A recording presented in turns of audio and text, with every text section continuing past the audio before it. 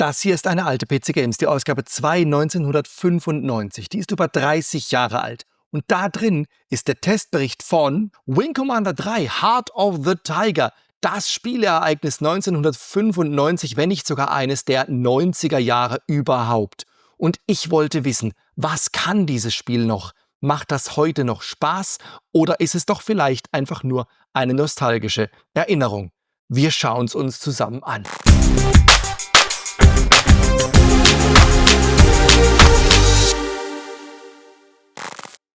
Ja, und da sind wir auch schon mittendrin. Wing Commander 3, das DOS-Einstellungsmenü. Wir gehen natürlich kurz in die Game DOS Settings. Wir müssen den Joystick einstellen. Ich habe wieder meinen alten Freund, den CH Mach 2 dabei. Ich nutze keinen Flightstick aus dem einfachen Grund, ich hatte damals keinen Flightstick, weil ich es mir einfach nicht leisten konnte von meinem Taschengeld. Deshalb nehme ich ihn hier. Das funktioniert wunderbar. Ich spiele damit wahnsinnig gern. Er hat mich noch nie im Stich gelassen. Insofern Retro-Feeling, wie es halt einfach nur geht. So, wir stellen ein, natürlich Joystick zentrieren und Knopf drücken. Links oben, das kennen wir, rechts unten und dann läuft das. Und ihr seht, das geht absolut butterweich und exakt. Also das ist einwandfrei. So, beliebige Taste drücken, um fortzufahren. Jetzt macht er die Geschwindigkeitstests. Das lief damals auf meinem 486 DX33 deutlich langsamer. Und ja, Ihr CD-ROM-Laufwerk liest CDs schneller als vorgesehen. Das ist natürlich klar. Das passt alles soweit. Wir haben Pentium-Klasse, Local Bus, ein Quad-Spin oder besser und alles in SVGA. So. Musikkarte, Soundblaster und das habe ich alles schon eingestellt. Das kann also direkt losgehen. Wing Commander 3 hat wahnsinnig viele und wahnsinnig lange Zwischensequenzen. Ich lasse die natürlich laufen. Ich versuche auch, wenn geredet wird, nicht reinzuquatschen. Fällt mir schwer, aber ich werde es versuchen. Wenn ihr überspringen wollt, kein Problem. Meine Videos haben wie immer Kapitelmarken sind eingestellt für euch. Das heißt, ihr könnt einfach weiterspringen, wenn euch ein Teil einfach nicht interessiert. Und los geht's. Ich bin ganz aufgeregt. Oh, und da ist es. Wing Commander 3. Oh, und das sieht natürlich grieselig aus, aber ja, 30 Jahre ist es her.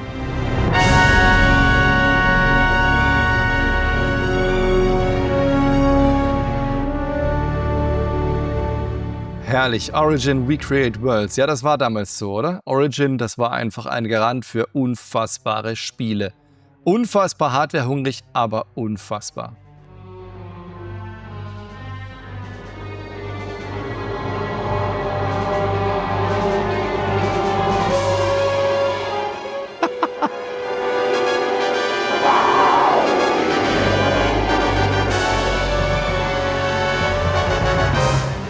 Oh, ein Traum, sage ich euch hier. Und jetzt guckt Mark Hamill,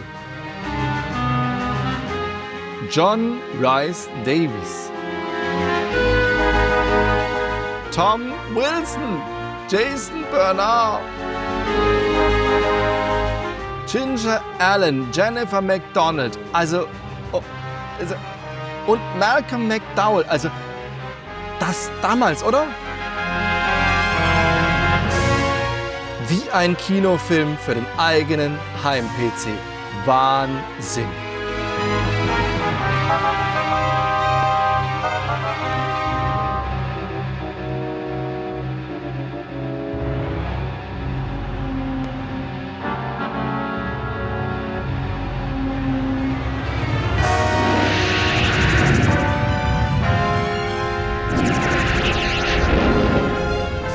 Ah, wie genial, oder? Unfassbar genial. Mir ist damals die Kinnlade runtergefallen, als ich das gesehen habe zum ersten Mal.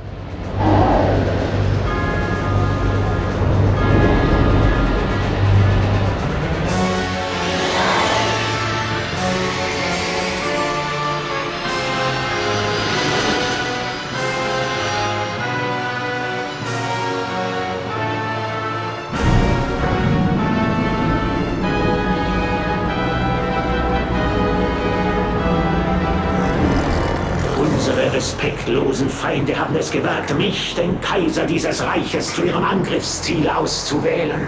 Eine kleine Schar der feindlichen Soldaten konnte hier auf Kilra gefangen genommen werden. Sie hatten noch keinen größeren Schaden angerichtet. Ruhe! Dass sie in den Kaiserpalast eingedrungen sind, war doch eine reine Verzweiflungstat.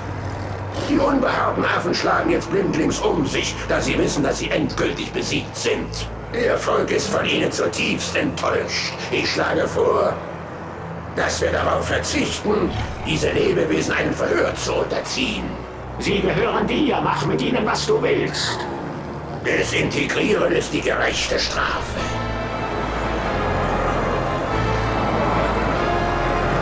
Meine Brüder, bitte beruhigt euch wieder. Sie sind keine Krieger. Nur Versager, sonst nichts.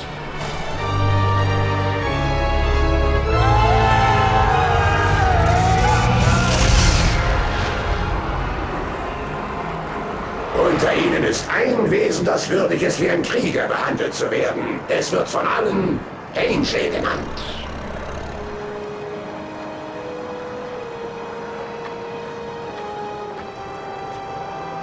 Immer noch aufsässig, Major Devereaux? Wenn wir Ihrer Gattung eine friedliche Koexistenz mit uns anbieten würden, stößt das sicher auf Ihre Ablehnung. Jeder weiß, dass die Kilrati so etwas nicht dulden. Richtig. Und jetzt, da sich das Blatt zu unseren Gunsten gewendet hat, ist Ihre Trotzhaltung eine pathetische und völlig unsinnige Geste. Sie langweilen mich, Monsieur. Desintegrieren Sie mich, behandeln Sie mich wie meine Kameraden. Desintegration, das ist nicht das, was wir für Sie bestimmt haben. Sie erwartet ein völlig anderes Schicksal.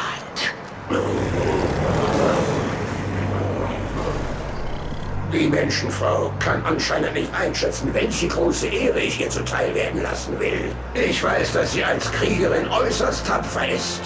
Und ihr Gefährte ist das Herz des Tigers. Oh, ja, es ist unfassbar.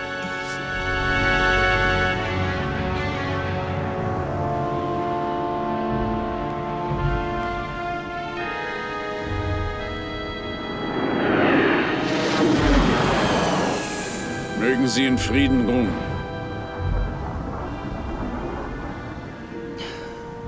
Frieden. Haben wir nicht schon verlernt, was das ist, Paladin? Ja, das fürchte ich auch, mein Junge. Zuerst die Tiger's Claw und jetzt das. Schluss damit. Die Katastrophen waren nicht deine Schuld. Du wirst der Einzige sein, der das denkt. Hier ist Colonel Christopher Blair. Meldung an Admiral Tolvan. Das Wrack der Concordia ist vor der Mistral-Küste auf Vespus geortet worden. Schadensbestimmung. Totalverlust. Totalverlust. Es ist kein Lebensinhalt, nach der Anerkennung dieses Mannes zu gieren.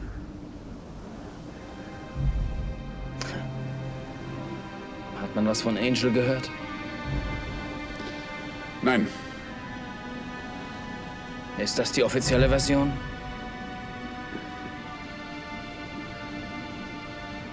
ich weiß, wie viel sie dir bedeutet.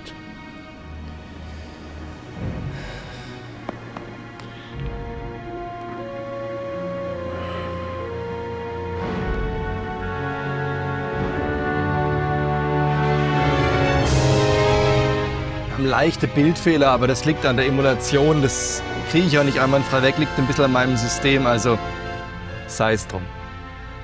Völlig egal. Achtung! Verzeihung, Sir. Sagten Sie auf die Victory? Leiden Sie inzwischen etwa unter einem Gehörschaden, Colonel? Nein, Sir. Ich kann es nur... Die TCS Victory ist ein hervorragendes Raumschiff, das lange für die Konföderation geflogen ist. Ja, es kann auf eine lange Dienstzeit zurückblicken, Sir. Sie haben zu akzeptieren, wohin Sie abkommandiert werden.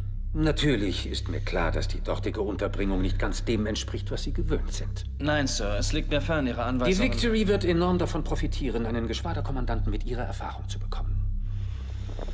Vielen Dank, Sir. Aber könnten wir nicht wenigstens klären, Jetzt, wie da es... wir die Kilrathi verjagt haben, sowohl aus dem Gardell als auch aus dem Morpheus-System, kann ich es mir guten Gewissens leisten, Sie auf die Victory nach Orsini zu schicken.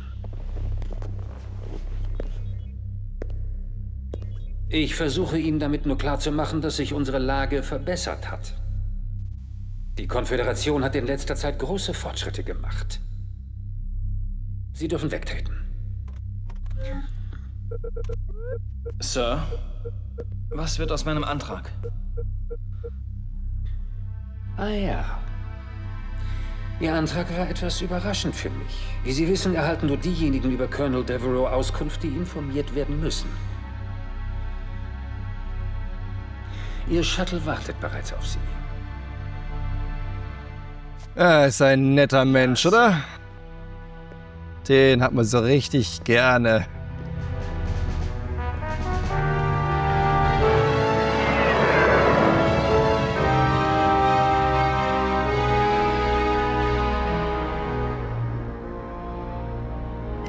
Trotz neuerlicher Verluste in mehreren dicht bevölkerten Sektoren sind die Konföderationssprecher dafür, dass die Menschheit weiterhin an ihrer galaktischen Auseinandersetzung mit den Kilrathi festhält.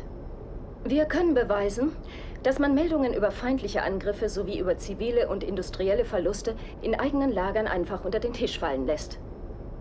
Wir wissen, dass es Pläne der Konföderierten gibt, die die Evakuierung der Erde betreffen, um damit die Existenz der Menschheit in einer anderen Galaxie zu sichern.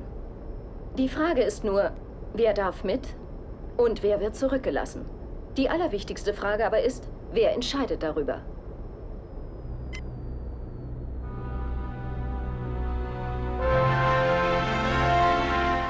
Da ist sie, die Victory.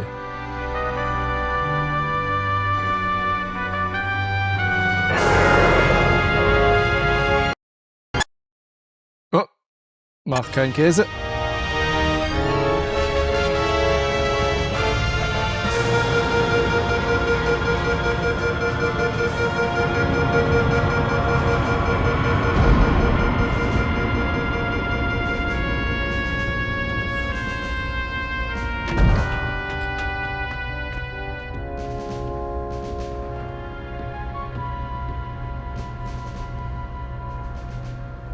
Willkommen auf der TCS Victory, Colonel. Danke, Captain. Man nennt sie inzwischen Schrotthaufen Sally. Es ist mir eine große Freude, dich wiederzusehen. Wenn du mich jetzt bitte entschuldigen würdest, Chris, die Pflicht ruft. Auch wenn ich es vorziehen würde, mit dir über die alten Zeiten zu plaudern. Danke, Hobbs. Wir unterhalten uns später.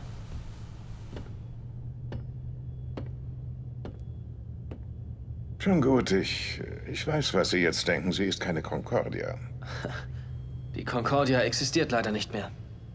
Ja, was für ein Verlust. Es tut mir leid für Sie. Wie dem auch sei, jetzt gehören Sie zu meinem Schiff. Und ich erwarte, dass Sie sich jedes Mal die Füße abstreifen, wenn Sie es betreten. Ich habe den Großteil meines Lebens auf der Victory verbracht. Ich war auf dem ersten Flug als Kommunikationsoffizier dabei. Nun, Sir, ich gebe zu, dass ich mich auf diesen Einsatz nicht gefreut habe, aber jetzt, da ich weiß, dass ein so erstklassiger Pilot wie Royal Gunner Harless zur Crew gehört... Ah, Hobbs. Ja, er ist mein Stellvertreter. Wieso fliegt er nicht? Es war sein eigener Wunsch.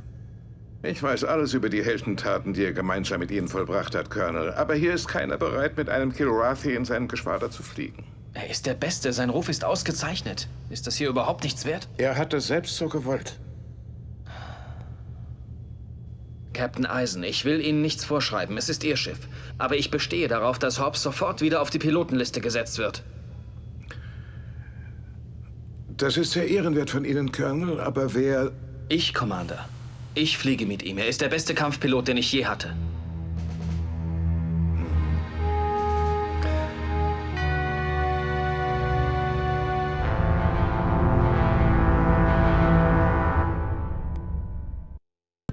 So, und da sind wir auch schon mittendrin, stehen auf dem Flugdeck und los geht's. Da hinten stehen sie. Die Hellcat und die Arrow und all die Schiffe, die man eben so fliegen kann. Ja, was für ein Intro, oder? Wir haben hier Soundprobleme, ich weiß aber nicht warum. Das hatte ich bisher noch nicht. Kann natürlich sein, es liegt am Capturing. Egal, wir ziehen jetzt durch. Ja, Wahnsinn, oder? Was für ein Intro. Und dann auch jeder Übergang ist untermalt mit einer Animation. Also das ist schon einfach große Klasse. Da haben wir den Hobbs und wenn man ihn anwählt, dann... Willkommen an Bord, alter Freund. Ich muss sagen, du siehst aus wie das blühende Leben. Sag bloß, dieser Krieg gefällt dir. Er gefällt mir so gut wie kaputte Landeklappen. Schön, dich wiederzusehen. Danke. Und wie geht's unserer Gefährtin Angel, der besten Pilotin aller Zeiten? Leider weiß ich das nicht. Hab schon lange nichts mehr von ihr gehört. Sieht so aus, als würde sie undercover für Tolvin arbeiten. Bevor ich's vergesse, ich habe dich auf die Pilotenliste setzen lassen. Aber ich habe doch beantragt nicht mehr. Das ist mir egal. Ich will, dass du mich auf meiner ersten Mission begleitest. Das ist Unsinn. Hier gibt es viele tapfere Piloten, die bestens ausgebildet sind. Ja, aber wenn ich mein Leben riskiere, dann brauche ich jemanden, dem ich vertraue. Ich werde mich bemühen, dich nicht zu enttäuschen, mein Freund.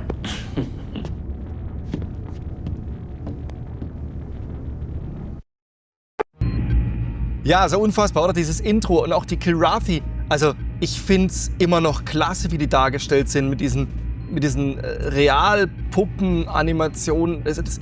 Ehrlich gesagt, ist mir viel lieber als irgendeine schlecht gerenderte Computergrafik. Also, ich fand's damals handwerklich gut gemacht und ich find's immer noch toll. Klar, Auflösung ist natürlich nicht so wahnsinnig von den Videosequenzen, aber die mussten ja auch dafür sorgen, dass es auf einem Double-Speed-Laufwerk gut läuft. Wir halten uns jetzt auch gar nicht weiter auf mit irgendwelchen Reedereien von irgendwelchen Leuten. Wir gehen gleich zur Einsatzbesprechung und fliegen. Erste Mission. Ja, sicher, Sir. Ach, kommen Sie rein, Colonel. Es wird Zeit festzustellen, ob Ihr guter Ruf berechtigt ist. Die Abwehr hat uns mitgeteilt, dass die Präsenz der Kilrathi hier im Orsini-System ständig größer wird. Sie und Ihr Flankenpilot werden also einen Patrouillenflug in diese 3 Zonen durchführen und die Gegend von jeglichen Feinden, auf die Sie treffen, säubern. Alles klar? Voll und ganz, Sir. Sehr gut. Jawohl. Sie brechen sofort auf. Tja, das sind also unsere Einsatzziele. Ah, da wäre noch eins. So, jetzt kann man immer den Flügelmann auswählen. Am Anfang haben wir nur den Hobbs. Wir sind jetzt, das Klasse ist ja, er steht so da und wenn man mit der Maus über ihn fährt, dann geht er in Hab-8-Stellung. Also, wir haben schon wahnsinnig viel Mühe in die feinen Details bei diesem Spiel gesteckt. Flügelmänner, ja, hängt davon ab, mit denen man fliegt. Die sind so unterschiedlich in ihrer Handhabung und je nachdem, wie sie zu einem stehen durch die späteren Dialoge, verhalten sie sich auch unterschiedlich. Gehorchen auf Befehle oder nicht, sind etwas feiger oder etwas mutiger oder und. Aber erste Mission. Du wirst diesmal neben mir fliegen. Genau. Wegtreten. Geht eben diesmal nur der Hobbs am Anfang. Diese Szenen wiederholen sich auch, kann man ja irgendwann abkürzen. So. Rachel, hauen wir noch kurz an. Cheftechnikerin Rachel Coriolis, willkommen auf der Victory. Sie wollen diesen Einsatz mit Hobbs fliegen? Richtig, haben Sie was dagegen? Nein, ganz und gar nicht. Ich halte ihn für einen verflucht guten Kampfpiloten. Hier ist sie, die Hellcat 5. Sie ist durchgecheckt und wartet nur darauf, ein ordentliches Spektakel zu veranstalten. Vielen Dank. Was ist mit den Geschützen? Ist alles erledigt. Der Captain gibt die Einsatzdetails an mich weiter. Und dann lege ich fest, was waffenmäßig gebraucht wird. Ach ja? Es gibt 2 Möglichkeiten. Entweder Sie suchen Ihre Waffen selbst aus, oder Sie vertrauen mir und fliegen mit dem von mir festgelegten Arsenal. Ich werde Sie nie enttäuschen, das kann ich Ihnen versprechen. Danke.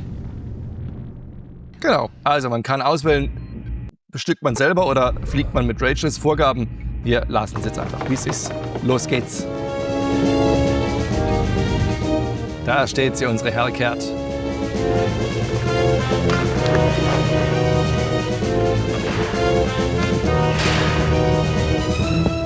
Oh, war es halt einfach irre, oder? Diese Aufmachung bis ins letzte Detail, alles durchgestylt bei diesem Spiel.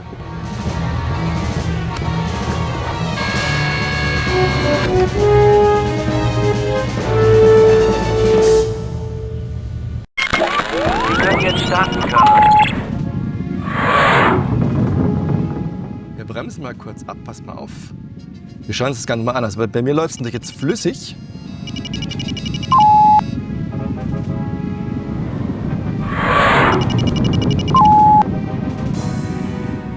So, passt mal auf.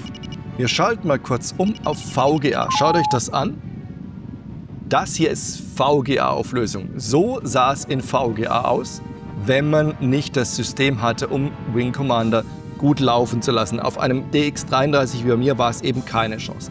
Das war SVGA. Und ich habe jetzt den Emulator so hoch eingestellt, dass er das auch wirklich flüssig darstellt. Selbst auf einem DX266, erinnere ich mich, war das manchmal nicht so ganz ohne. So, Geschütze können wir einstellen. Ich habe festgestellt, und das ist auch der Emulation geschuldet, ich habe leichte Soundprobleme. Wenn ich alle Geschütze auf einmal abfeuere, dann kommen ab und zu so leichte Soundprobleme. Auch das sei es drum. Es liegt am Capturing. Ich krieg's einfach nicht anders hin. Wir spielen jetzt einfach. Ihr ignoriert's, ich ignorier's auch. Und los geht's. So, wir geben Hobbs ein Lösen und angreifen. Angriffssignal und greifen nun an.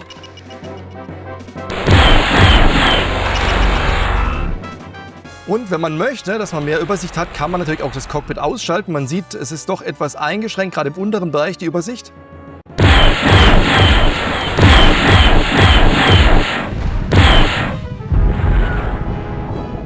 Weil man ja vorhalten muss und dann, wenn die Schiffe nach unten rausgehen, dann wird es echt schwierig manchmal. Das heißt, F1 drücken, Cockpit weg und wir haben eine gute Sicht. Jawohl, so geht das. Nächster. Habe feindlichen Kampfflieger ausgeschaltet. Sehr schön. Ja, so geht es doch, oder? Einwandfrei.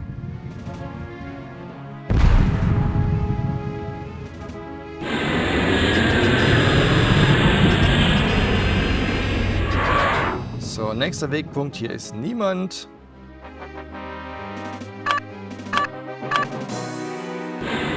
Nächster Wegpunkt. Wir schauen, ob es hier wieder welche gibt. Da müssten einmal welche sein. Jawohl. Greifen Sie mein Ziel an. Jawohl, Colonel. So, Nachbrenner an und ran geht's. Wir sehen rechts unten auch, was für ein Schiff es ist. Und nah genug, jawohl.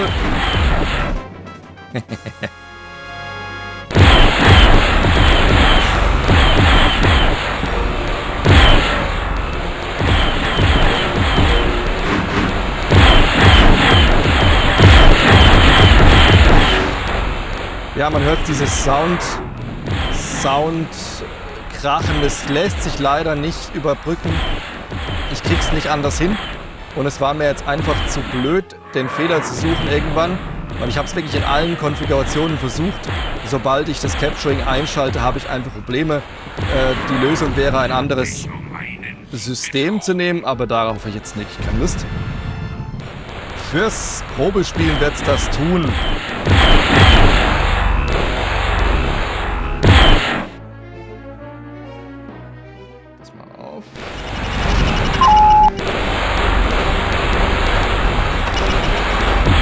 Hey, schießt auf meinen Kollegen? Das geht aber gar nicht hier.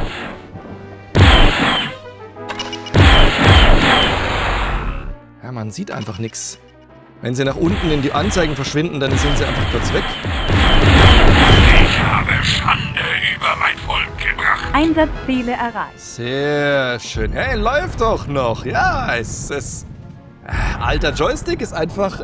super klasse geht das. Das geht butterweich. Also... kein Problem. Absolut kein Problem. So, Autopilot. Nächster Wegpunkt dürfte die Heimatbasis sein. Wir funken sie an. Bitte Landeerlaubnis, TCS Victory. Gut gemacht, hervorragende Arbeit. Jetzt weiß ich, dass Sie Ihren Ruf völlig zurecht haben. Auf Sie ist Verlass. Alles klar zur Landung, Sir. Ja, je nachdem, wie man die Mission erfüllt hat, begrüßen sie einen natürlich anders. Und auch Rachel wird gleich dastehen und je nachdem, wie man abgeschnitten hat, wird sie einen anders begrüßen.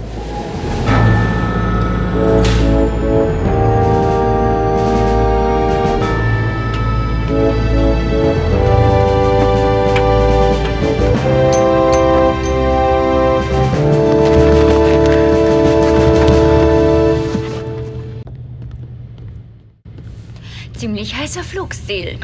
Danke, Rachel. Ja, danke schön.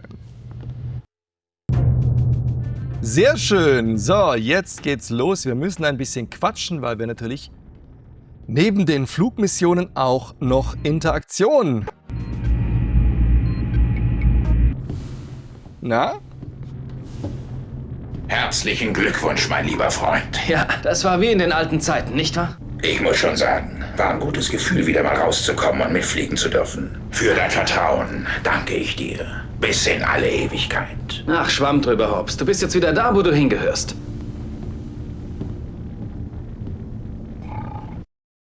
Ja, schon cool. Also ich muss sagen, die Kilrathi einfach genial gemacht. Also ganz ehrlich. Wenn man da an diesen Wing Commander Film denkt, wie es dann damals aussah, reden wir nicht drüber. So, Dialog. Lieutenant Rawlins, Kommunikationsoffizier, wie geht's? Hat Ihnen unser Captain eine fröhliche Rede gehalten? Sowas Ähnliches. Das Gute ist, dass es hier nicht lange dauert, bis man die Phrasendrescherei hinter sich hat. Captain Eisen glaubt an seine Besatzung und an sein Schiff. Das ist gut für die Stimmung unter den Leuten. Ja, aber Sie haben die Meldungen nicht so verfolgt wie ich, sonst würden Sie in den nächsten Nanosekunden von hier verschwinden. Geh auf sein Spielchen ein. Der Knabe spinnt komplett. So, jetzt können wir reagieren. Das können wir ganz oft. Und je nachdem sind die Leute uns wohlgesonnen oder eben nicht so arg. Gerade bei den Flügelmännern lohnt es sich meistens, sie doch eher auf wohlgesonnen zu trimmen. Andererseits. Geh auf sein Spielchen ein. Geh auf sein Spielchen ein. Soll das etwa bedeuten, dass der Führungsstab was verschweigt? Das kann ich nicht mit Sicherheit sagen. Aber wenn Sie hier ehrliche Musik hören wollen, dann wenden Sie sich am besten an Radio Rawlins. Vielleicht rettet Ihnen das Ihr Leben.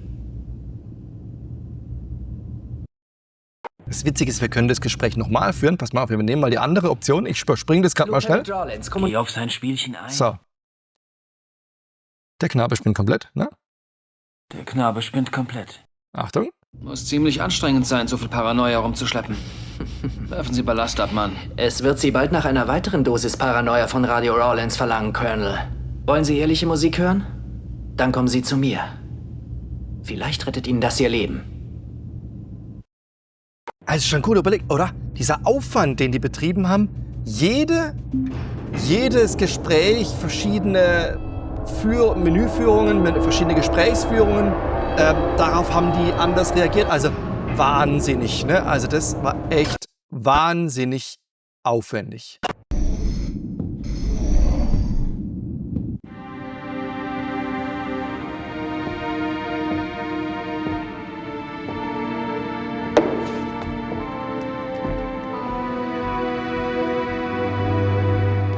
Die mag ihn offensichtlich nicht. Hey, Hobbs! Haben Sie Lust auf ein Spielchen? Ich setze meinen Wochenlohn auf ein Blatt. Ich habe kein Interesse. Nein, danke.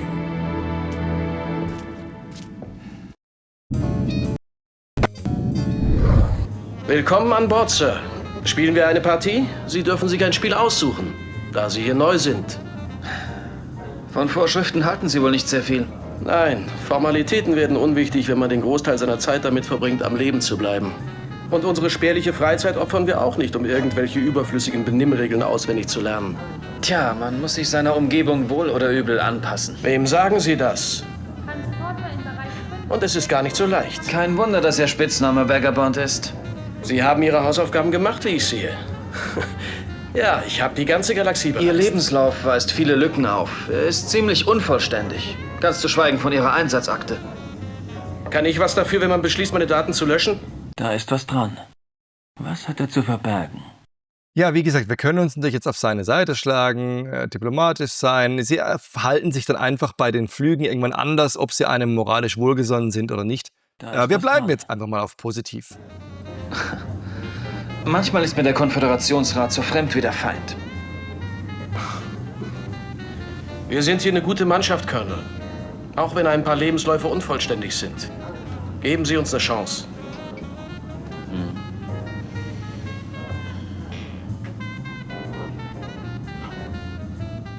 Na, seht ihr.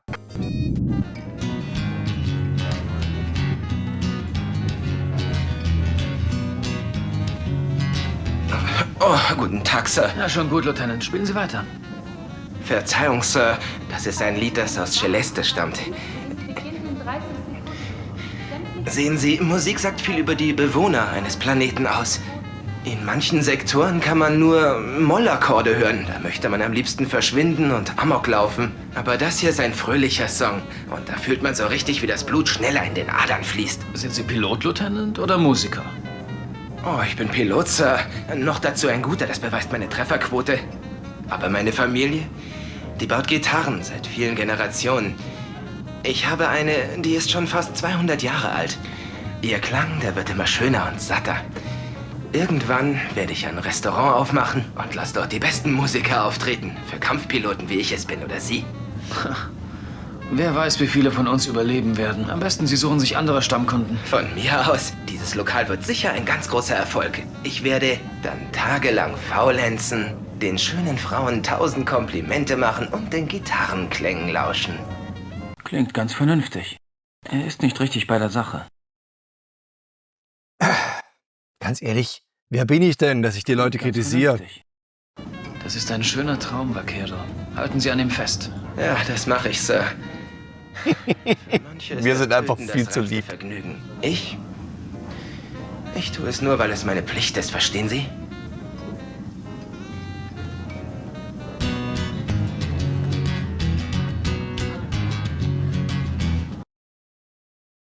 So, gehen wir noch in die Baracken rüber. Schlafkohlen, da sitzt sie nämlich, ne?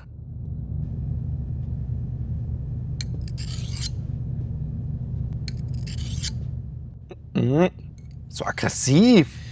Wir sollten mal miteinander reden, Lieutenant. Da gibt's nicht viel zu reden, fürchte ich. Sie sind mit der Katze geflogen und haben ihren Auftrag erfüllt. Falls Sie damit Hobbs machen. Ich kann nicht mit ihm fliegen, Sir. Als Mitglied dieser Crew müssen Sie das früher oder später tun. Ist Sie das bestehen klar? besser nicht darauf. Ich werde ihn nicht verteidigen. Wieso nicht? Sagen wir einfach, ich bin etwas starkköpfig. Und nichts, was Sie tun, wird daran was ändern. Na gut.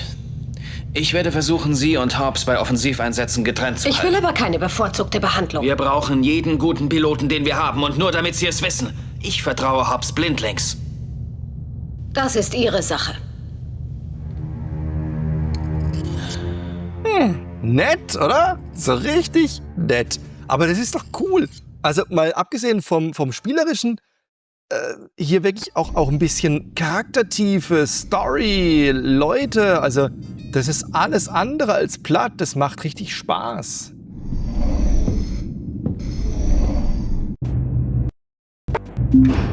So, fahren wir noch nach oben.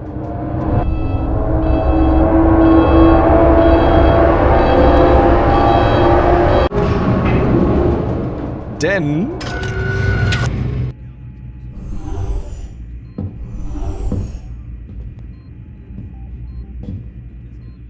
wir wollen ja noch Biff Tannen sprechen. Maniac.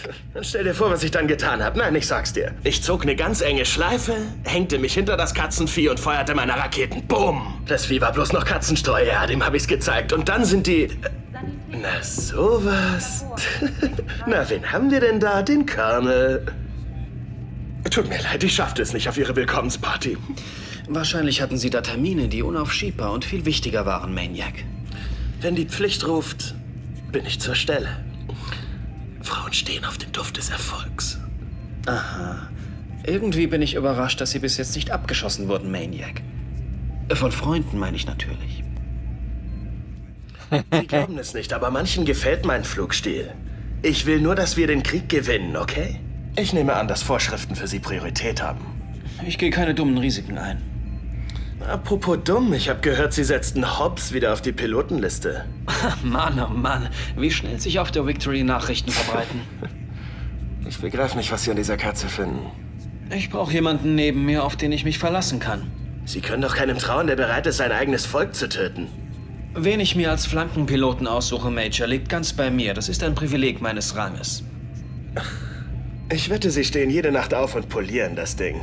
Nein, Sie irren sich. Ich habe genug Majors, die das für mich tun. Der Unterschied unserer Ränge ist nur Formsache. Wir wissen, wer der Bessere im Cockpit ist. Ja, allerdings. Cheftechniker Ray braucht sofort an Reinigung. Also, ich muss dir noch was erzählen. Hör zu. Der Maniac ist tatsächlich ein richtig guter Pilot. Was problematisch ist, er hört nicht auf die Befehle. Das heißt, wenn man ihm sagt, geh wieder Informationen und so, dann sagt er, ist nicht drin. Also das kann einem ganz oft passieren. Also sie haben schon unterschiedliche Flugstile, unterschiedliche Charaktere. Das ist schon ganz cool. Das merkt man dann auch im Kampf. Am Anfang noch nicht so, das sind so noch einfache Missionen, aber später wird es auch immer wichtiger. So, diese Sequenzen, die kann man natürlich immer überspringen. Nächste Mission, kommt, fliegen wir ein bisschen. Fangen wir an, Colonel. Ja, Sir. Eine unserer Bodenstationen meldet in diesen Regionen Kilrathi-Aktivitäten. Ich möchte, dass Sie dort Patrouille fliegen und die Bereiche vom Feind säubern. Der Bericht der Station ist nicht ganz eindeutig. Kann sein, dass Sie da auf ein Flaggschiff der Kilrathi stoßen. Viel Erfolg, Colonel. Danke, Sir. Flaggschiffe lassen wir natürlich links liegen, weil das macht keinen Sinn. Einsatzziele. Ah, da wäre noch eins. Na, seht, jetzt haben wir mit den Leuten gequatscht, jetzt können wir sie auch auswählen. Vagabond, Vaquero, Maniac greift sich in Schritt. Und Cobra. Vagabond meine ich, Maniac fliegt nicht schlecht. Also nehmen wir Maniac mit. Maniac, Sie fliegen an meiner Flanke. Ich hoffe, ich werde es nicht bereuen. Wegtreten. Nein, der fliegt schon ganz gut. Er hört einfach nicht auf mich.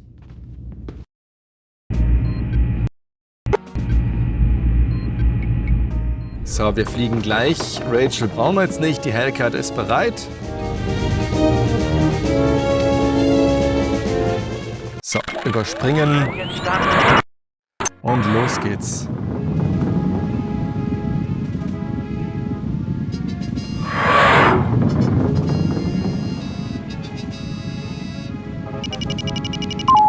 Ja, es ist schon grafisch ganz cool. Wobei ich sagen muss, ich mag tatsächlich die Grafik von X-Wing und TIE Fighter rein vom Feeling her, vom Weltraum-Feeling, irgendwie ein ganz kleines bisschen mehr.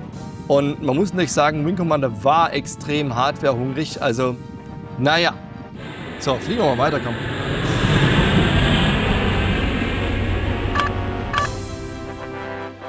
Da ist nix.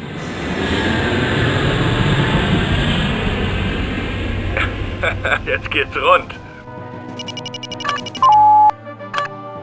Lösen und angreifen! Von mir können Sie noch was lernen, Colonel. Da bin ich ja mal gespannt, mein Freund. Da bin ich gespannt. Hoppla! Der war nicht schlecht. Noch mehr Katzenstreu. Heute bin ich gut drauf. Okay, das war's schon. Sehr gerne. Noch mehr Katzenstreu. Heute bin ich gut drauf. Nicht schlecht, mein Freund. Das war echt nicht schlecht. Alter Freunde, ich kam ja nicht zum Schießen. Jetzt geht's rund. Greifen Sie mein Ziel an. Nicht machbar ist. Ja, siehste? Jetzt hört er schon nicht mehr auf mich. Der Kerl, der macht mich dann, was er will.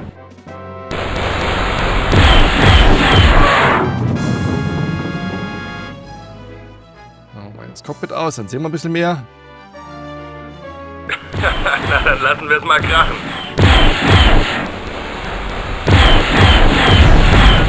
Zack, sehr schön.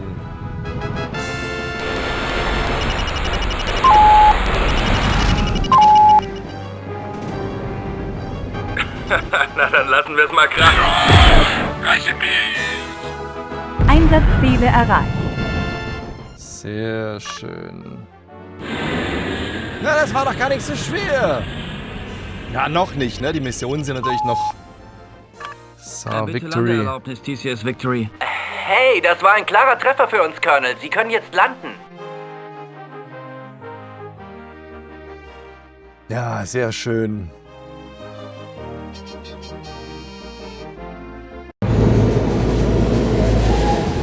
So, das überspringen wir. Das überspringen wir. Ja, man kriegt nicht diese Übergänge, macht man irgendwann dann nicht mehr. Wir gehen mal kurz in den Zentralcomputer und speichern.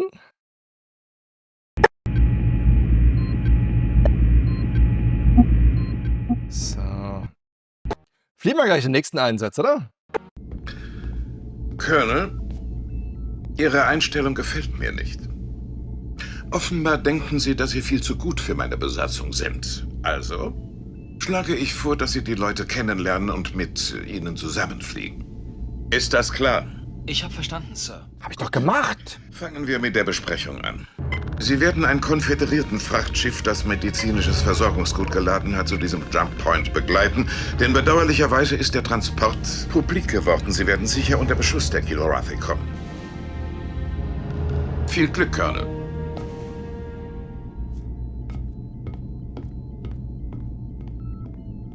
Tja, das sind also unsere Einsatzziele. Jetzt kommt wieder die Flügelmann-Auswahl. Hobbs hat übrigens keine negativen Eigenschaften. Egal wie man... Also der ist immer loyal, aber er fliegt tatsächlich nicht so wahnsinnig gut. Vagabond, Ich will, dass Sie neben mir fliegen. Wie die anderen. Wegtreten. Viel Glück.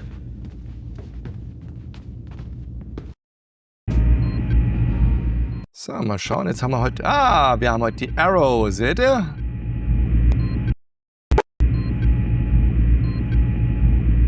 Sehr schön. Lassen wir so, wie es ist.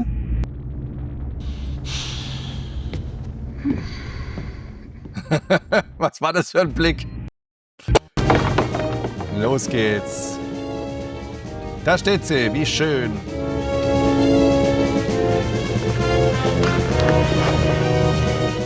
Oh, ganz ehrlich, oder? Da waren es halt 4, 5, 6 fliegbare Schiffstypen und es hat auch gereicht. Also ich denke jetzt gerade so an Chris Roberts aktuelles Projekt Star Citizen. Natürlich ist es jetzt kein direkter Vergleich, aber ja, vielleicht doch irgendwie. Ach, ich weiß nicht. Egal, wir fliegen los, komm.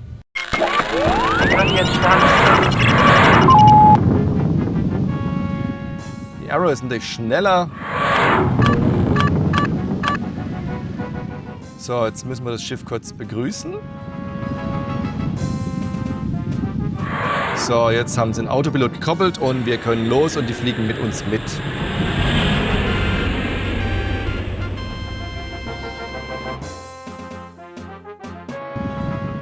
Da ist niemand.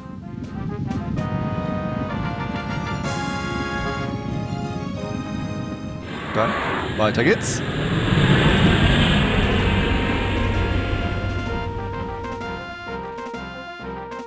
Wir haben Gesellschaft. Greifen Sie mein Ziel an! Jawohl. Ja, der macht wenigstens, was man ihm sagt. Ich habe das Whisky erwischt. Oha, das ging aber schnell. Ich habe das Ja. Whisky erwischt. Hallo? Hallo? Lass mir doch auch was.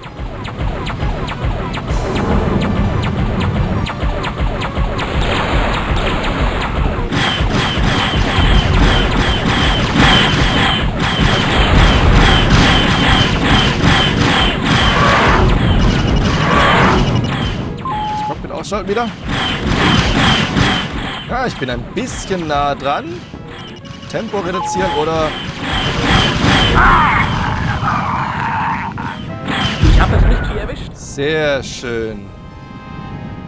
Merkt ihr was? Bei den Waffen sind komischerweise meine Soundprobleme weg. Also es ist irgendwas bei den Kanonen der Hellcat ist einfach egal. Es läuft, es macht doch Spaß. Hauptsache es rockt. Und wenn ihr es selber mal spielen wollt, dann sind die Soundprobleme sicher weg. Wir haben Gesellschaft. Jawohl. Greifen Sie mein Ziel an! Jawohl. Der macht gleich, was man ihm sagt.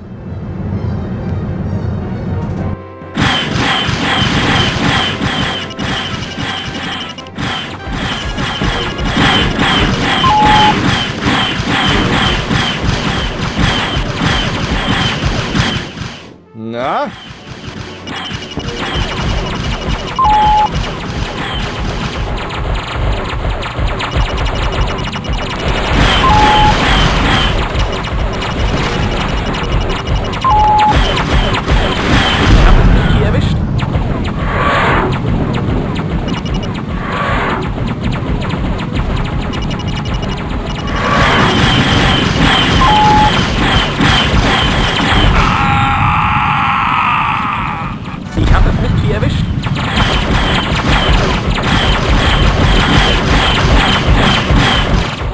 So, ich glaube, den können wir, genau, den großen können wir auslassen, weil die kriegen wir eh nicht gut kaputt. Das muss gar nicht sein, man muss die nicht erledigen. Die kleinen Jäger sind wichtig. Greifen Sie mein Ziel an! Jawohl. Der zieht mit, das ist doch gut.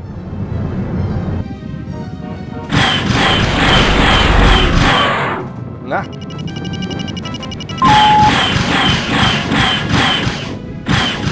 Ja, das mit dem Vorhalten bei Lasern ist nicht immer so eine Sache. Und auch nicht ganz einfach.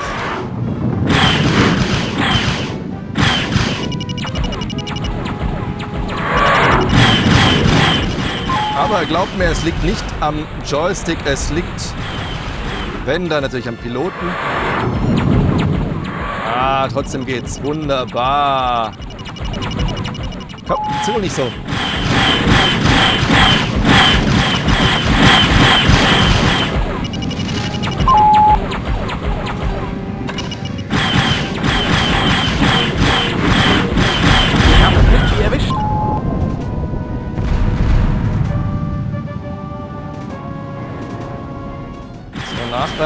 Mann.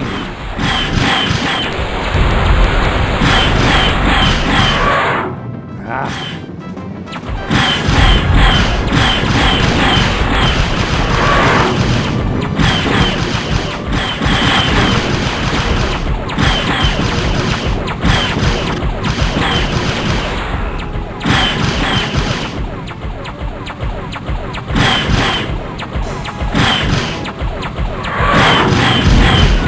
Sehr schön.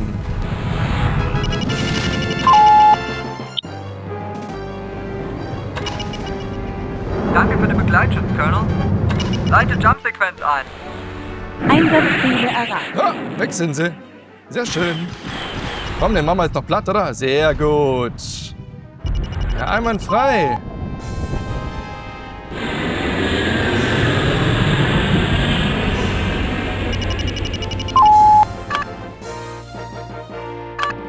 Bitte Landeerlaubnis, TCS Victory. Tja, wie es aussieht, ist der Colonel im Anmarsch. Ist alles Paletti, Sie können reinfliegen. Sehr schön. Boah, das läuft doch einwandfrei. Die Soundprobleme sind tatsächlich jetzt da mit der Arrow weg gewesen. Keine Ahnung, woran es liegt, sei es drum. Das fetzt richtig, jetzt spielt sich richtig gut. Auch mit dem Kerl immer noch einwandfrei. Ich bin echt begeistert. Und diese Atmosphäre, die Musik, die Soundeffekte, Wahnsinn. Absolut Triple A, muss ich sagen. Immer noch wirklich Triple A. Ziemlich heißer Flugstil. Ja, das wissen wir, dass sie das sagt. Klar, die Sachen wiederholen sich dann so ein bisschen. Das macht aber nichts. Mein Gott, sei's drum, oder? Jetzt weiß ich nicht, wollen sie das, dass ich nochmal mit den Leuten rede? Keine Ahnung.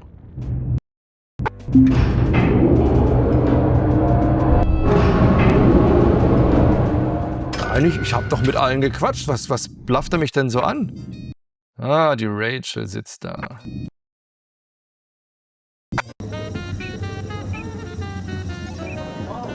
Hi, Colonel. Hi. Setzen Sie sich doch. Oh, danke. Sagen Sie es mir, falls ich mich täusche, aber es heißt, dass ein Testpilot mit der neuen Excalibur zu uns unterwegs ist. Stimmt das? Der Führungsstab erzählt mir auch nicht alles. Hoffentlich stimmt's. Ich würde mir gern die Finger an so einem Ding schmutzig machen. Ihr Job macht Ihnen wirklich Spaß. Ich hoffe bloß, dass der Testpilot kein Pedant ist, der mich nichts anfassen lässt. Eins muss ich Ihnen lassen. Sie sagen, was Sache ist. Ich bin für klare Linien, deshalb fühle ich mich in meinem Beruf auch so wohl. Entweder ein Motor funktioniert oder nicht. Maschinen lügen nicht. Ja, jedenfalls nicht so viel wie die Menschen. Urteilen Sie nicht zu streng über Menschen? Sie müssen einer Inspektion standhalten, wie alles andere auch. Sowas ist mühselig und dauert viele Stunden. Und was ist mit meiner Inspektion? Verläuft sie erfolgreich? Nur Auserwählte werden der Inspektion unterzogen.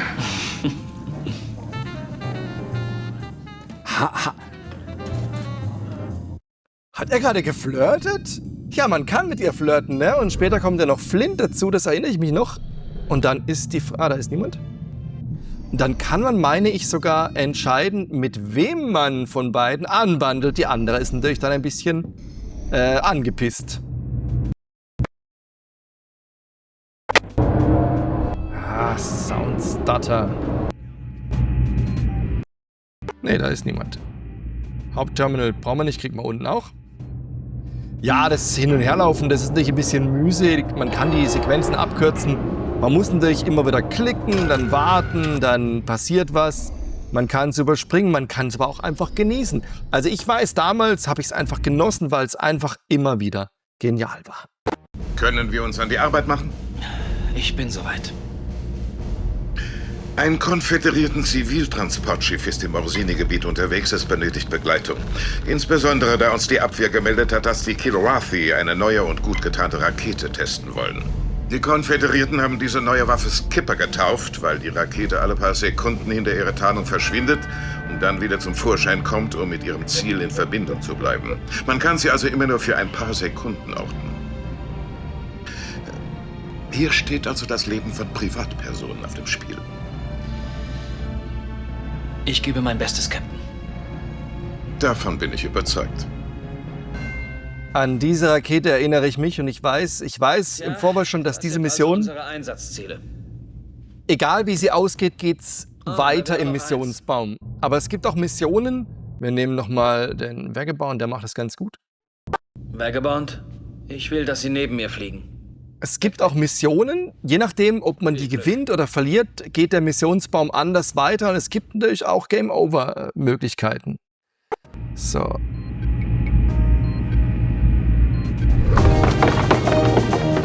Das heißt, die Skipper-Rakete, das ist so eine, die wird später auch nochmal kommen und ich meine sogar, ich weiß nicht, ich glaube, wird die sogar gegen die Victory eingesetzt und man muss die dann abfangen, ansonsten ist Schiff kaputt, Mission vorbei. Ich weiß es nicht mehr, ich glaube, so war das noch. Ja, wir gucken mal. Die Mission wird schwierig. Die Skipper-Rakete wird immer von einem Großschiff natürlich aus abgefeuert. Das heißt, wir werden die besonders im Auge behalten. Wir können jetzt starten.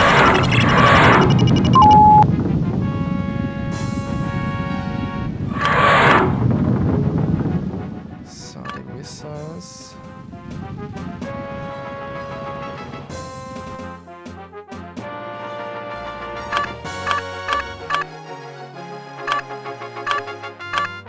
So, los geht's. Alles sauber eingestellt und los geht's. Wir haben Gesellschaft. Greifen Sie mein Ziel an. Jawohl.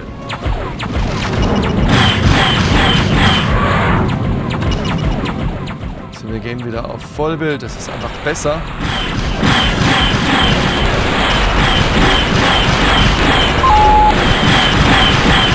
Ich habe das Whisky erwischt. Ich dachte, ich war das. Aber danke.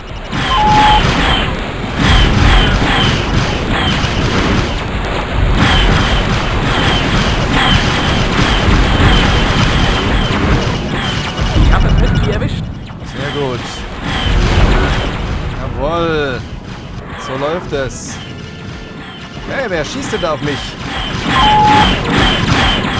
Ich habe das Whisky erwischt. Nicht schlecht, mein Freund, nicht schlecht. Er macht es echt nicht schlecht. Greifen Sie mein Ziel an. Jawohl. So, Nachbrennereien und hin.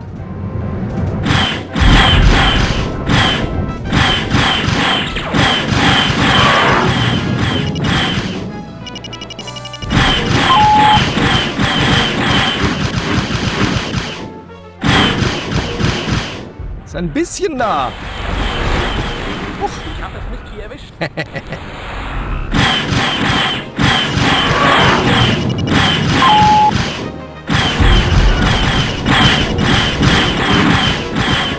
Ich habe das Whisky erwischt. Genau. So, dann mal Vorbeiflug und dann nehmen wir die Jungs mit. Und jetzt müssen wir halt aufpassen, nächster Jump Point kann sein, da kommt dann diese Rakete schon zum Einsatz. Ich weiß es nicht mehr genau.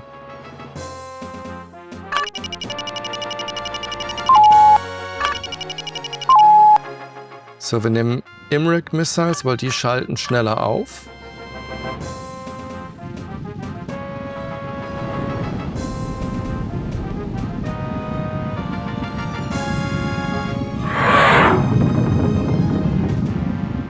So. Dann werden wir sehen, was passiert. Wir haben Gesellschaft.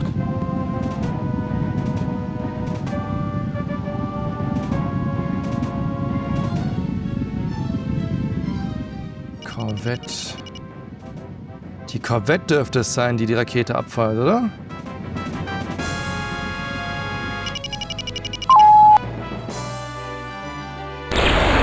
Greifen Sie mein Ziel an. Jawohl.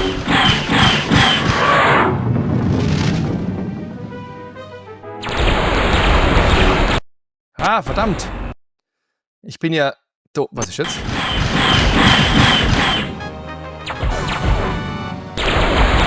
Greifen Sie mein Ziel an. Jawohl. Verdammt! Das war natürlich jetzt ganz bescheuert, was ich hier mache. Ich habe ihn jetzt die Korvette angreifen lassen.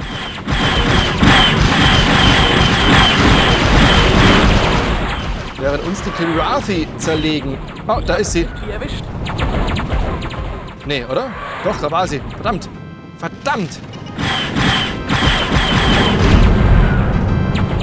Gelbe Rakete, gelbe Rakete, gelbe Rakete. Verdammt, verdammt, verdammt, verdammt! Ah, da war sie! Einsatzziele konnten nicht erreicht Verflucht! Da habe ich sie gesehen. Das war sie, diese gelbe Rakete, dieser gelbe Punkt. Ich habe noch gedacht. Ah, verflixt. Ah, sei es drum.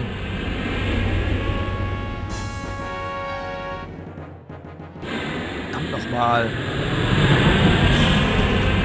Wir haben Gesellschaft. Ja, Mann. Greifen Sie mein Ziel an. Jawohl. Da wäre da keine Lust mehr drauf. Wir haben es ja jetzt schon vergeigt. Müssen wir das jetzt machen?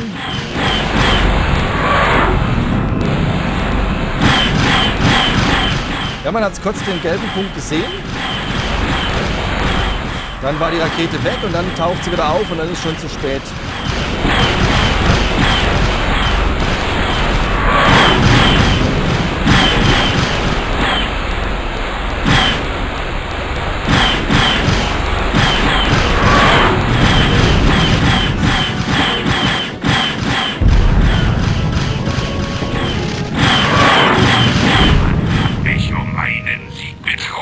Ich hab das Mistvieh erwischt. Nochmal.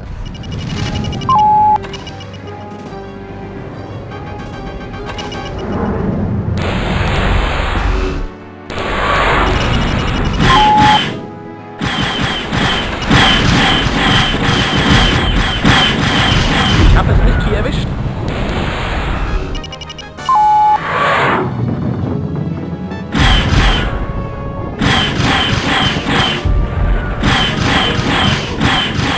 Ja, also das ist tatsächlich doch dann nicht so ohne. Man denkt am Anfang, es sind nur Missionen mit Navpoint anfliegen und Gegner erledigen. Das ist tatsächlich natürlich in weiten Teilen so. Es gibt sehr viel Navpoint anfliegen und Gegner erledigen, aber eben nicht nur. Wir haben Gesellschaft. Oh, schon wieder.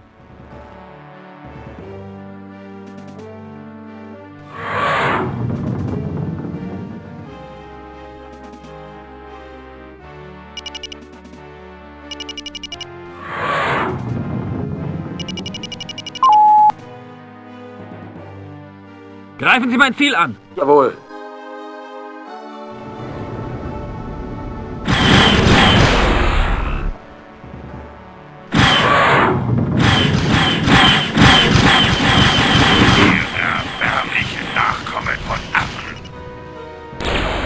Ja, aber das ist grafisch schon ganz weit vorne, was man da so hat. Oder?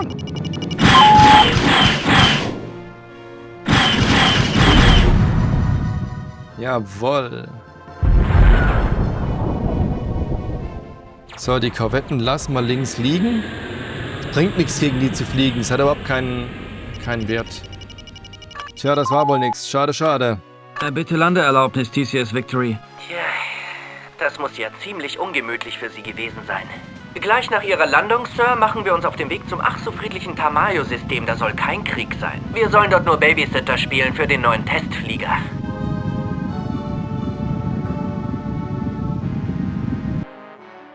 Ja, das war natürlich keine so erfolgreiche Mission. Ja, das gibt's auch. Also es sind sehr unterschiedliche Missionen, natürlich. Und manchmal ist es nicht so einfach, wie es scheint. Und diese Rakete ist mir in Erinnerung. Aber ich weiß, die kriegt man später nochmal zu Gesicht. Und es gibt dann auch Missionen, wenn man die dann nicht erwischt, diese Skipper-Rakete, dann ist eben vorbei. Ich meine, wie gesagt, sie wird auf die Victory abgeschossen. Aber das kann auch sein, es ist 30 Jahre zu lang her. So, was sagt sie jetzt? Sie können froh sein, dass Sie noch ganz sind. Tja. So, Sprung ins...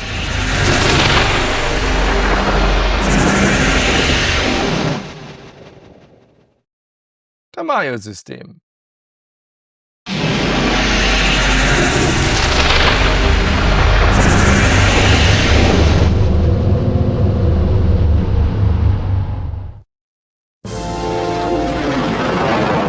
Und da kommt sie, die Excalibur? Excalibur. Was man auch sagen muss, die Zwischensequenzen, die Musikuntermalung ist echt genial, oder? Und sie wechseln zwischen digitalisierter Musik und MIDI-Musik. Da sind sie alle ganz aufgeregt bei der neuen Kiste.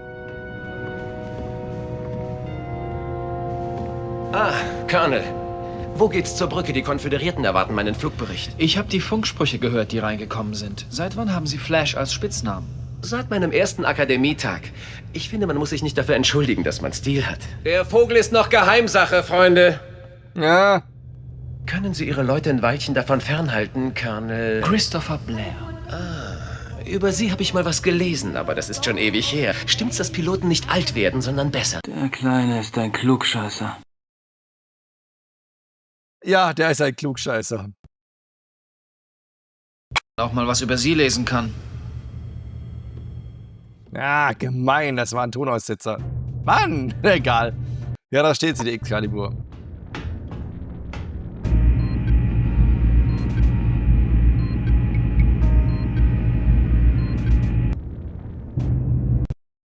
Ja, gucken wir mal, ob irgendjemand was zu sagen hat.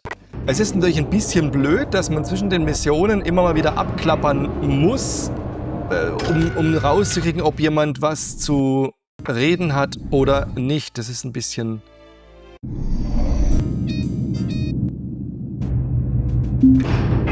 Das ist irgendwie ein bisschen unelegant. Also, ja, mein Gott, es waren natürlich Spielspaß, technische Geschichten, Spieldesign, technische Geschichten, die gab es eben früher so. Das hat man dann später einfach anders gelöst. Nee, hat niemand was zu sagen. Okay, schade. Ja dann, Einsatzbesprechung. Man kann es Gott sei Dank einfach abkürzen und überspringen. Na?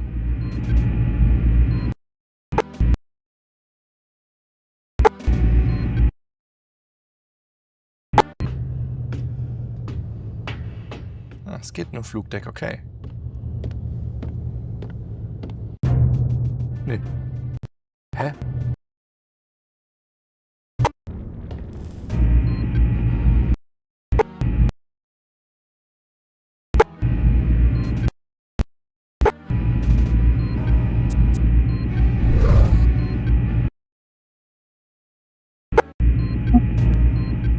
Was ist los? Wo sind sie denn alle? Ich bin irritiert.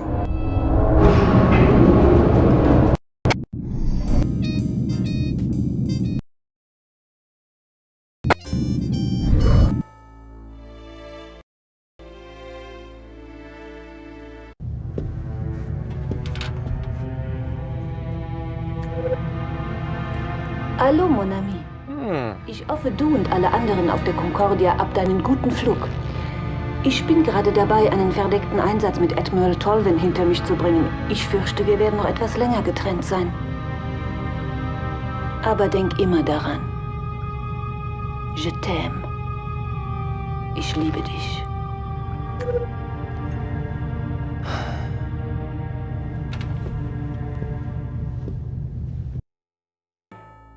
Ja, das ist leider so ein bisschen blöde, ne? Das wissen wir ja, was mit ihr passiert ist.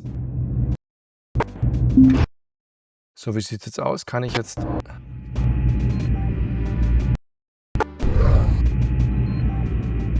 Feuerleitzentrale? Ich habe irgendwas übersehen, oder? Ah, da, seht ihr? Oh, komm, Sound. Gib Gas. Man sollte den Kerl erschießen, wenn du mich fragst. Oder wenigstens beim nächsten Flug an meinen Düsen befestigen. Maniac, deine Lösungsvorschläge sind wie immer konfus. Wie du ja weißt, ergreife ich jede Gelegenheit zu fliegen. Ich bin verrückt danach. Irgendwann werden die meine Leiche aus dem Cockpit kratzen müssen. Hör auf damit. Du weißt doch, dass Eigenlob nur stinkt. Unser Colonel wird ihn schon zur Raison bringen. Ach was, unser Colonel hat weniger Mut als eine... An Ihrer Stelle würde ich diesen Satz nicht beenden. Gemein. Wir haben nur ein paar Spekulationen über den neuen Kampfpiloten angestellt, Sir. Aha. Sie haben recht. Immer schön nach Vorschrift. Nein, ich finde auch, er ist ein Kurzpocken.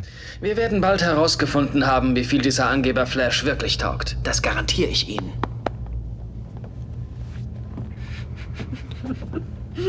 Du findest das wohl lustig. Möglicherweise habe ich mit der... Stimmt, ich habe die Flint ja noch gar nicht gesprochen am Anfang. Möglicherweise hat mich deshalb der Captain angeschnauzt, weil ich die übersehen hatte. Ich wusste nicht mehr, dass es da in die Feuerleitzentrale geht. Jetzt. Jetzt geht's weiter. Wenn Sie mir nur nicht immer diese Schlaumeier von der Akademie schicken würden. Jugend und Weisheit sind zwei Dinge, die sich widersprechen, Captain. Es ist immer noch Ihr Schiff, Captain. Sein direkter Vorgesetzter ist Admiral Tolvin. Oh Gott. Colonel, wir werden angegriffen. Flugzeuge startklar machen. Achtung, höchste Alarmstufe. Alle Flieger sofort startklar machen. Alle Flieger sofort startklar machen. Das ist keine Übung.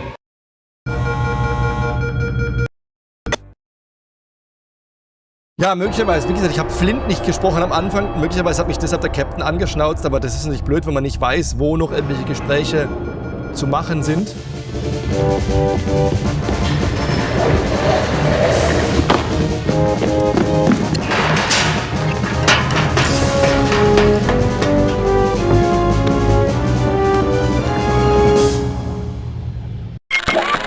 Wir können jetzt starten. Jetzt geht's rund.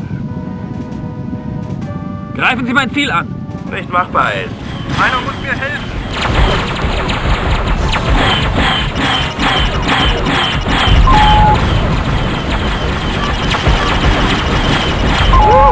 Noch mehr Katzenstreu. Heute bin ich gut drauf.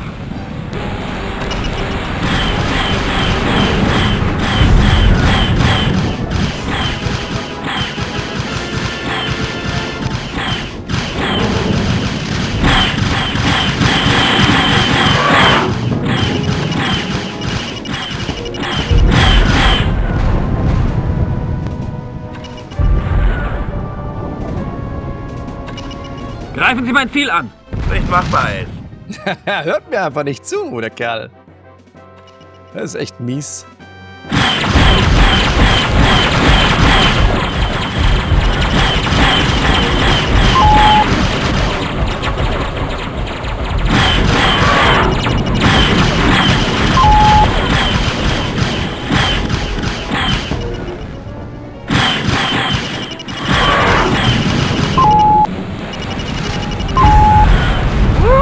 Noch mehr Katzenstreu. Heute bin ich gut drauf.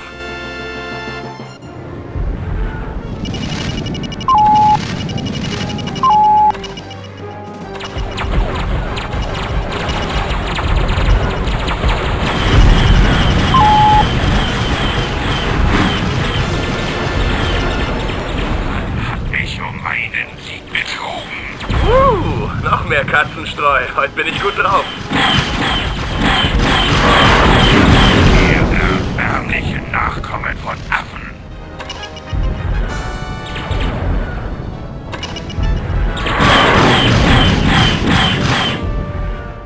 Die Modelle sehen schon richtig gut aus. Also grafisch, ja, mega, oder? Wahnsinn. Und es spielt sich immer noch hervorragend.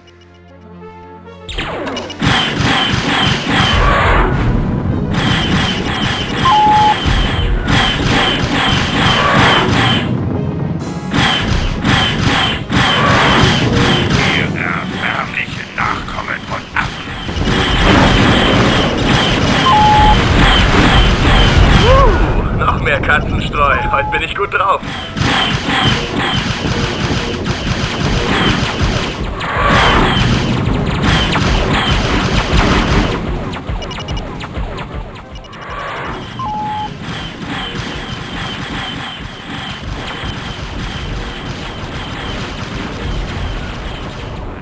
Ich um einen Sieg betrogen. Noch mehr Katzenstreu. Heute bin ich gut drauf. Einsatzziele erreicht. Sehr schön. Na, das war doch gar nicht so schwer, ha? Kein Problem. Wie sieht's aus? Wir halten uns wacker, Sir.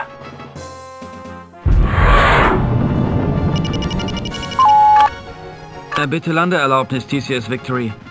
Sieht aus, als wäre es hier doch nicht so friedlich, wie die Konföderierten sagen. Mann, die lügen vielleicht. Sie können jetzt landen. Ach, übrigens, Colonel. Angeblich haben wir die beste Kampfmaschine der ganzen Galaxie an Bord. Doch die setzt nur Staub an, Sir. Unser Superheld Flash drückt sich vor den Nahkämpfen, wo er nur kann. Naja, das war ja klar, oder? Boah, jetzt langsam wird's so ein bisschen... Langsam wird's so ein bisschen aufregend, das Ganze. Musik, Action, Sound, Übergänge, Charaktere, also Wahnsinn. Die gute Nachricht ist, dass wir Maniac erwischt haben. Die schlechte ist, dass er immer noch auf der Flugliste steht. Das macht nichts.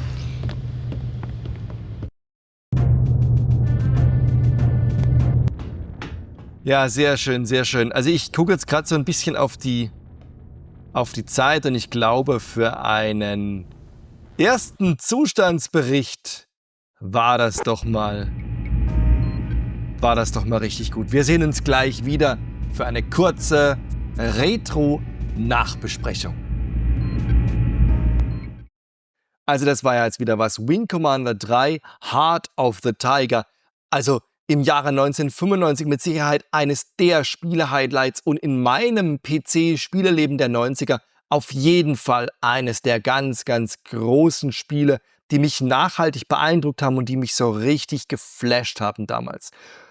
Natürlich muss man sagen, für mich auf dem 486 DX33 absolut überhaupt keine Möglichkeit, dieses Ding in SVGA laufen zu lassen. Das war Dia-Show. Selbst in VGA war es teilweise herausfordernd für meine Kiste. Aber trotzdem, diese Mischung aus Hollywood-Film mit richtig guten Schauspielern, aus Dialog, aus Action, aus Missionen, aus Charakterentwicklung, das alles war einfach unfassbar genial. Und ich muss sagen, es fühlt sich immer noch wahnsinnig gut an.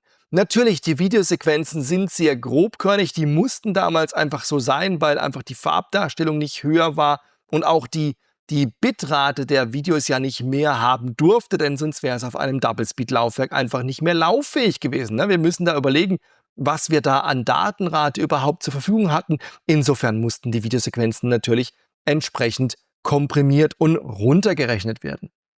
Aber ganz ehrlich, das macht richtig Laune. Also ich kann es euch nur empfehlen, das macht richtig Laune. Das ist immer noch ein gutes Spiel. Was ein bisschen nervt, so die Zwischendinge zwischen den Missionen, dass man gucken muss, wo findet gerade welches Gespräch statt. Geschenkt, sei es drum. Dafür ist es ein immer noch sehr, sehr gutes Spiel. Und ich muss ganz ehrlich sagen, wenn ich jetzt dran denke, was im Moment Chris Roberts entwickelt mit Star Citizen, er soll einfach, sagen wir mal, 20 Leute abzweigen. Die sollen die alten Filmmaterialien einfach nehmen, die neu digitalisieren, in höherer Auflösung bereitstellen und dann darum einfach mit der aktuellen Grafik die Missionen nochmal nachbauen und einfach nochmal ein Wing Commander 3 Remake rausbringen. Ganz ehrlich, da hätte ich mega Bock drauf. Aktuell sogar deutlich mehr als auf das eigentliche Star Citizen. Auch ich bin jemand, der Geld reingesteckt hat und nicht ganz sicher ist, ob er damit jemals irgendwann spielen wird. Und auch die PC Games war natürlich restlos begeistert. Das war ein absolutes Spiele-Highlight. Also sowas hatten ja viele von uns und wahrscheinlich auch einige in der Redaktion so in dieser Form noch nicht gesehen. Ich meine, wo kamen wir her? Wir kamen von Standbildgrafiken, von animierten Bildern. Klar kamen langsam CD-ROM-Spiele in Mode. Wir erinnern uns an Creature Shock. Das war ja so, okay mit den Rendersequenzen. Aber das hier mit so richtigen Schauspielern, aufwendig, das war einfach unfassbar. Ich meine, da sehen wir sie, was für ein Aufgebot an Profi-Schauspielern bei diesem Spiel. Allein angefangen von Mark Hamill. Oh, ich hab's echt geliebt, dass er da wieder vor der Kamera stand. Und ich hätte mir so gewünscht, dass er nach Wing Commander 4, The Price of Freedom, auch beim Wing Commander Film mit dabei sein würde. Und ich war, glaube ich, nicht der Einzige, der dann richtig enttäuscht war von diesem Filmprojekt. Aber hier Wing Commander 3, das war ein richtig tolles Ding. Und man sieht es auch am Wertungskasten. Schaut mal hier, ne? Grafik 97%, Sound 94%, Handling 90%, Spielspaß 96%. Also besser geht's ja eigentlich kaum. Natürlich verdient Spiel des Monats und auch verdient eines der Spiele-Highlights in den 90ern. Aber ich muss ganz ehrlich sagen, interessanterweise ist mir TIE Fighter und auch X-Wing ein bisschen lieber. Ich habe die beiden einfach vom Gameplay, vom Handling, von der Action her ein bisschen mehr in mein Herz geschlossen, als es bei Wing Commander der Fall war. Nichtsdestotrotz, absolut geniales Spiel und es spielt sich immer noch gut. Also Leute, ganz ehrlich, Packt den Joystick aus, holt euch Wing Commander 3 und genießt noch einmal einen Blick in diese alte Zeit. Es lohnt sich wirklich, es macht wirklich noch Spaß. Missionen spielen sich klasse und auch die Zwischensequenzen sind immer noch richtig unterhaltsam. Das war ein toller Blick zurück. Es würde mich freuen, wenn ihr auch bei einem meiner anderen Videos wieder dabei seid, wenn wir wieder in eines der alten Hefte reingucken oder in einen alten Spieletitel. Bis dahin, habt Spaß, zockt ein bisschen, vielleicht Wing Commander 3 und dann sehen wir uns demnächst in einem meiner Videos hoffentlich wieder.